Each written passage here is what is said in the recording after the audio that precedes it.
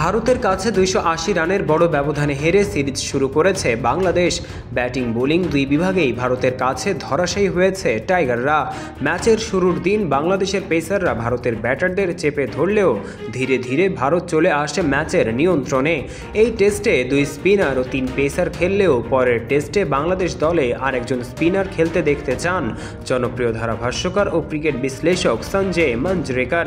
সেই সাথে বাংলাদেশের ক্রিকেটারদের মানসিকতার প্রশংসা করে ধরিয়ে দিয়েছেন তাদের সীমাবদ্ধতা। কথা বলেছেন সাকিব আল হাসানের পারফরম্যান্স ও মানসিকতা নিয়েও।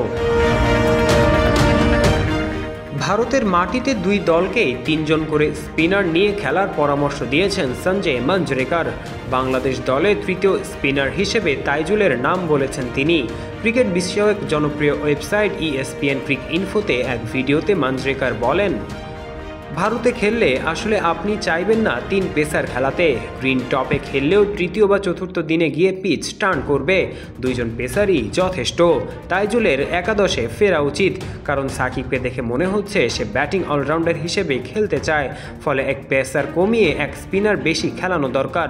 ভারত এটা হয়তো পছন্দ করবে না, তারা চাইবে বাংলাদেশ বেশি বেশি পেসার খেলাক। সাকিব মুশফিকের মতো সিনিয়র খেলোয়াড়দের মানসিকভাবে আরও শক্তপোক্ত হয়ে খেলতে আহ্বান করেছেন তিনি। অভিজ্ঞ এই ক্রিকেটারদের পাশাপাশি আলাদাভাবে উল্লেখ করেছেন লিটন দাসের নামও। সঞ্জয় মাঞ্জরেকর বলেন, সাকিব মুশফিকরা তরুণ নয়, তারা অনেক দিন ধরে খেলছেন। ফলে এসব সিরিজে তাদের আরও শক্তপোক্ত হতে হবে মানসিকভাবে। সাথে লিটন দাসেরও এসব জায়গায় তাদের উন্নতি লাগবে। এর বাইরে তাদের পেস ইউনিটে আসার আলো রয়েছে। তাদের ব্যাটারদেরও ভালো সামর্থ্য আছে। স্পিন তাদের জন্য কোনো সমস্যা হবে না। টার্নিং পিচে তাইজুল আসলে ভারতকে তারা বিপদে ফেলে দিতে পারে। সাকিব আল হাসানের মানসিকতা ও এই চেন্নাই টেস্টে তার ভূমিকা নিয়েও কথা বলেছেন তিনি। মাঞ্জরেকর বলেন, সাকিব এমন একজন বোলার যে টার্নিং উইকেট পেলে ঠিকঠাক বোলিং করে ব্যাটারদের সমস্যায় ফেলতে পারে। তবে চেন্নাইয়ের উইকেট দেখে এবং প্রতিপক্ষের ব্যাটারদের দেখে হয়তো তার মনে হয়েছে যে তার ব্যাটিং অলরাউন্ডার হিসেবে খেলাটাই বেশি ভালো হবে। কারণ প্রথম ইনিংসে যে ধরনের ব্যাটিং সে করেছে মনে হচ্ছিল বেশ উজ্জীবিত হয়ে আছে। বোলিংয়ে তাকে আমার তেমন উজ্জীবিত মনে হয়নি। পাশাপাশি এটাও বলতে হবে যে নাজমুল হোসেন শান্ত তাকে কম বোলিং করিয়েছে। যখন ঋষভ পান্থ ব্যাট করছিলেন শুধু মেহেদী হাসানই এক প্রান্তে বোলিং করে গেল। ম্যাচ আপের কারণেই এমনটা হয়েছে।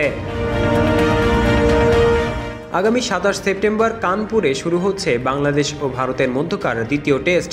খেলা শুরু হবে বাংলাদেশ সময় সকাল 10টায়। পারভেজ ইমাম, অন ফিল্ড।